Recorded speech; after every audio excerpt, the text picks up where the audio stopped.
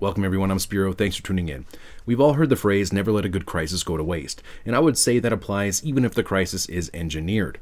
We've also heard the phrase, order out of chaos, which is a strategy that I believe we are seeing unfold before our eyes. Now, I'm sure that many of you are familiar with the Hegelian dialectic, which is problem, reaction, solution. If you have a goal of, let's say, global governance, you may not be able to just roll this out because you'll be met with resistance, and there may be little to no justification for this agenda.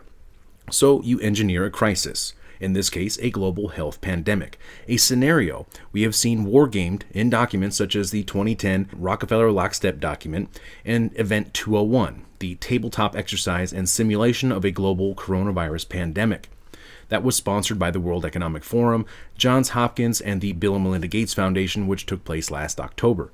This crisis, which I believe to be engineered, produces a desired response, a controlled demolition of the global economy, wiping out the middle class, creating more dependency upon the government in the form of stimulus money and bailouts, which essentially equate to ownership.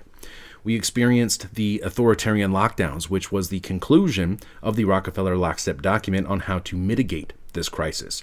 Now, we are also witnessing massive civil unrest under the guise of seeking social justice and ending inequalities and systemic racism, as they call it, when in reality, these riots are nothing more than an organized destabilization operation, much like the ones we have seen the US and the CIA carry out in countless countries before they topple their governments and install puppet regimes. This is a planned operation. So back to the problem, reaction, solution strategy. We have the engineered problem, COVID-19. We have the reaction, the economic collapse and the civil unrest, and now it's time for the solution, a solution which has already been predetermined, prepackaged, and ready to roll out. The solution was just announced by the World Economic Forum, the same World Economic Forum who asked Johns Hopkins to host Event 201. Their solution is what they are calling the Great Reset, an initiative that was officially launched this week. Now, the Great Reset is not a new idea that they just made up over the weekend, okay? This is a long-standing global governance agenda which ties into the United Nations 2030 Agenda for Sustainable Development, which seeks to regulate, control, and redefine all aspects of life as we know it. And in June of last year, the United Nations and the World Economic Forum formed a strategic partnership to accelerate the implementation of the UN 2030 Agenda.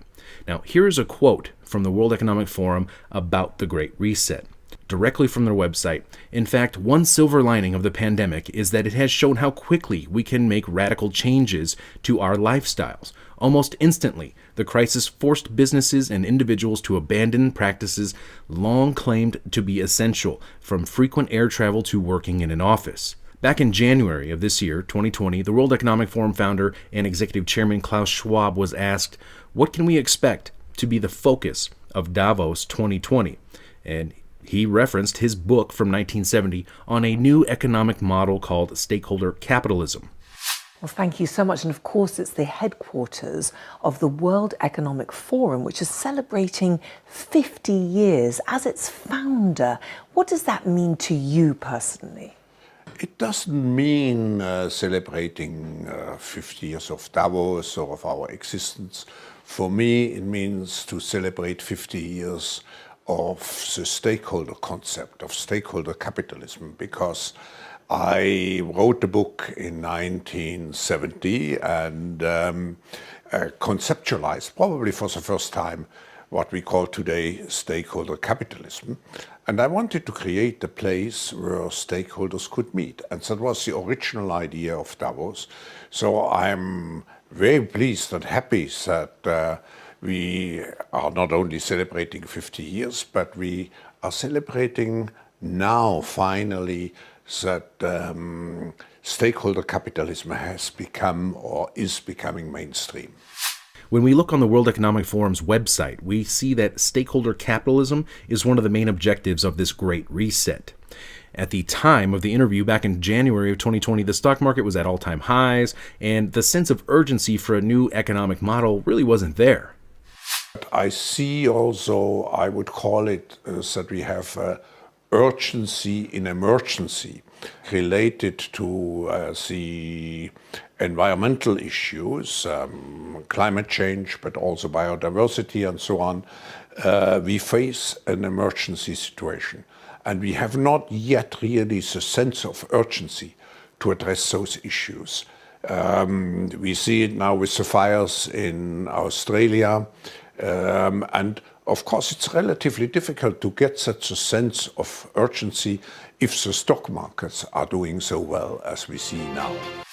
Now we have economic conditions comparable to that of the Great Depression due to the fallout from the coronavirus lockdowns. And now, lo and behold, we have the justification for the Great Reset and the 50-year-old plan for the new economic system.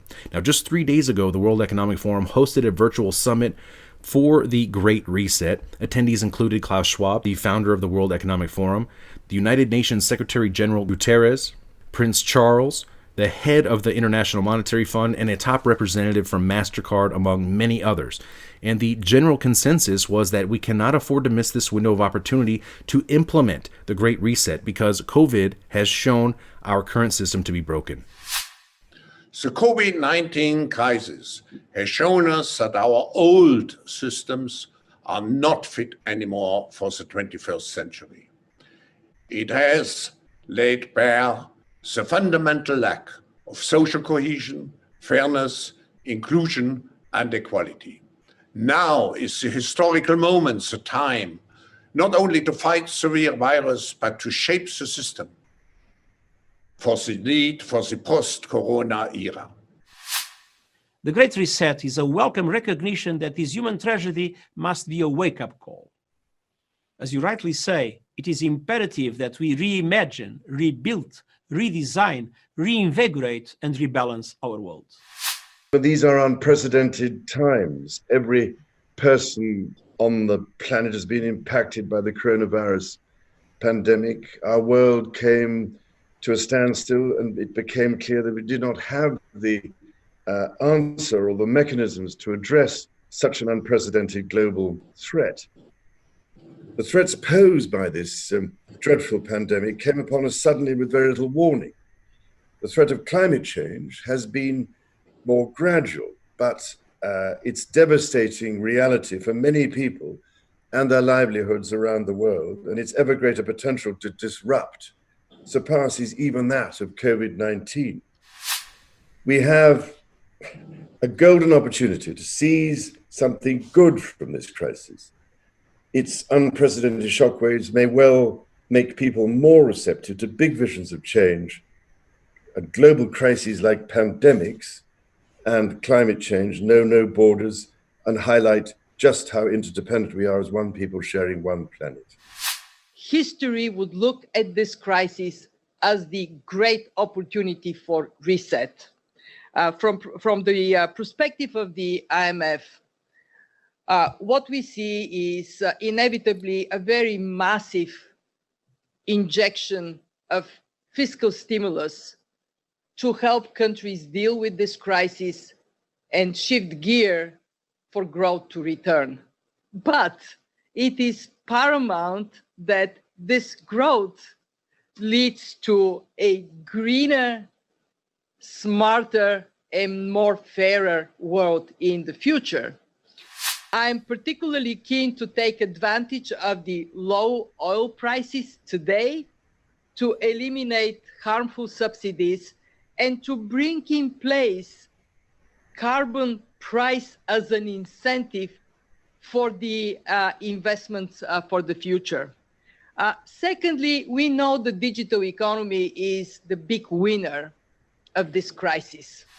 We have a choice to remain passive, which would lead to the amplification of many of the trends we see today: polarization, nationalism, racism, and ultimately increased social unrest and conflicts. But we have another choice. We can build a new social contract, particularly integrating the next generation. We can change our behavior to be in harmony with nature again. And we can make sure that the technologies of the fourth industrial revolution are best utilized to provide us with better lives. In short, we need a great reset. According to the World Economic Forum website, the Great Reset agenda would have three main components. The first would steer markets towards fairer outcomes, aka wealth redistribution through taxation and regulation. The second component of the Great Reset agenda would ensure that investments advance shared goals, such as equality and sustainability, aka there will be global standards regulated by task forces to control every aspect of your life through regulation and ensure compliance to the 2030 agenda. The third and final priority of the Great Reset agenda is to harness the innovations of the Fourth Industrial Revolution to support the public good, especially by addressing health and social challenges, aka this is the transhumanist agenda to merge man with machine and enforce compliance with global governance initiatives laid out by the UN's 2030 agenda. Now, this might be a good time to note that 14 of the 17 Sustainable Development Goals include vaccination. I'm not going to talk about mandatory policy and where I stand on that point. It may well come up later, kind of hoping it does in the questions, because then I'll share with you my rather one-sided opinion on that. So what could be a better return on investment, Rob? What could we invest our resources in if we're not going to tackle hesitancy? If hesitancy is not to blame, how are we going to deal with this in the future? Well, I would argue that now is the time when we need a shift in perspective. Immunization is a best buy. 14 of 17 SDGs are addressed through immunization. And when we talk about universal health coverage, we talk about primary health care, we talk about health security. Without immunization, there's none of that. I want to focus on the third aspect of the Great Reset, the implementation of the Fourth Industrial Revolution, which Schwab has also written a book about, and is a long-standing transhumanist agenda which seeks to merge man with machine and artificial intelligence, something that Elon Musk is already working on with his Neuralink project. Now, I'm going to play a series of clips from a World Economic Forum video published about 3 years ago talking about the Fourth Industrial Revolution. I will be commenting about these clips as we go.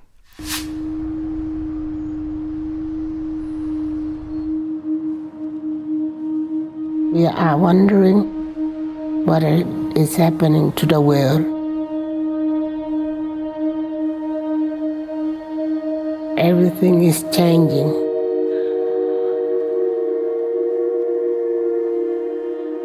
The very idea of human being some sort of natural concept is really going to change. Our bodies will be so high-tech we won't be able to really distinguish between what's natural and what's artificial.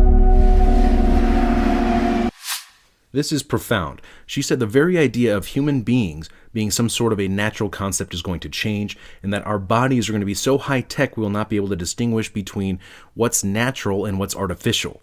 This is the merger of man and machine. This is the transhumanist agenda. This is the World Economic Forum's official video from their own YouTube channel.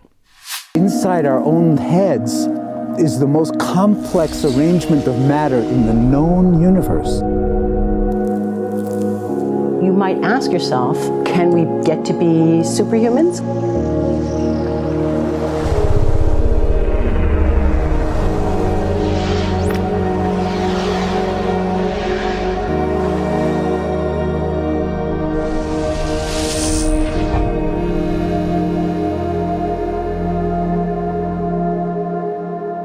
The original Industrial Revolution was driven by the discovery that you could use steam engines to do all kinds of interesting things. But that was followed by additional revolutions for electricity and computers and communications technology. We're now in the early stages of the Fourth Industrial Revolution, which is bringing together digital, physical, and biological systems. One of the features of this Fourth Industrial Revolution is that it doesn't change what we are doing, but it changes us. There you just heard Klaus Schwab, the founder and executive chairman for the World Economic Forum, say that the Fourth Industrial Revolution is going to change us, change humanity. With the ability to visualize brain activity, for example, through a simple consumer-based EEG device, it gives us access to ourselves in ways that we've never before thought possible. It unlocks the black box that is the brain and enables us to really, truly be able to realize an identity that is aspirational. There's now a scientific foundation for the effects of mindfulness on the brain, on the genome, on biological aging. And when the human mind does know itself, then you get the potential for a new renaissance that restructures itself in terms of our relationship to life, our relationship to the planet, our relationship to work. We need a different economic model. And by that, I don't mean capitalism versus communism. What I'm talking about is a shift in the system along the lines of the two big changes that happened in the 20th century, Keynesianism, with a much greater focus on health and education and the role of government working with business, and then a reaction against that in late century to neoliberalism, where the focus was on free markets, freedom of the individual, and getting governments out of the way. We need a shift to a new system that will allow us to meet the basic needs of every human on the planet, that will live within planetary means, that will be fairer, and that will be focused as its key goal, not on growth per se, but on maximizing human well-being. And history tells us that a values shift is triggered by creation of a new story about how we want to live.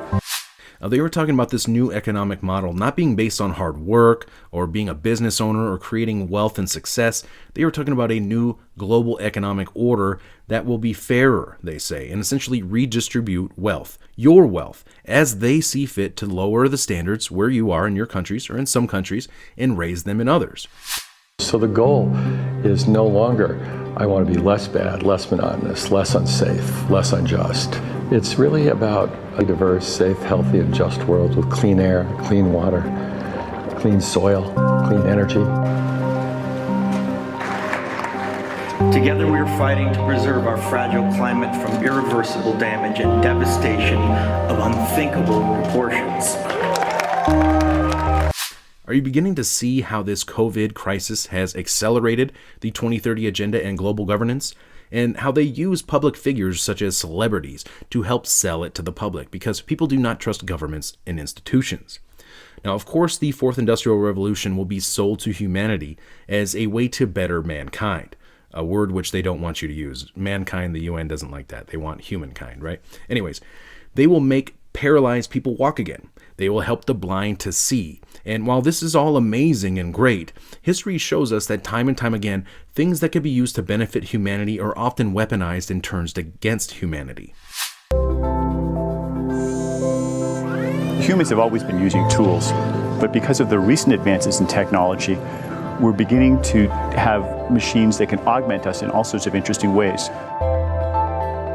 I was the first person in the world to be able to voluntarily move my legs while stepping in a robot by exciting the nervous system using electrical stimulators directly onto the spine.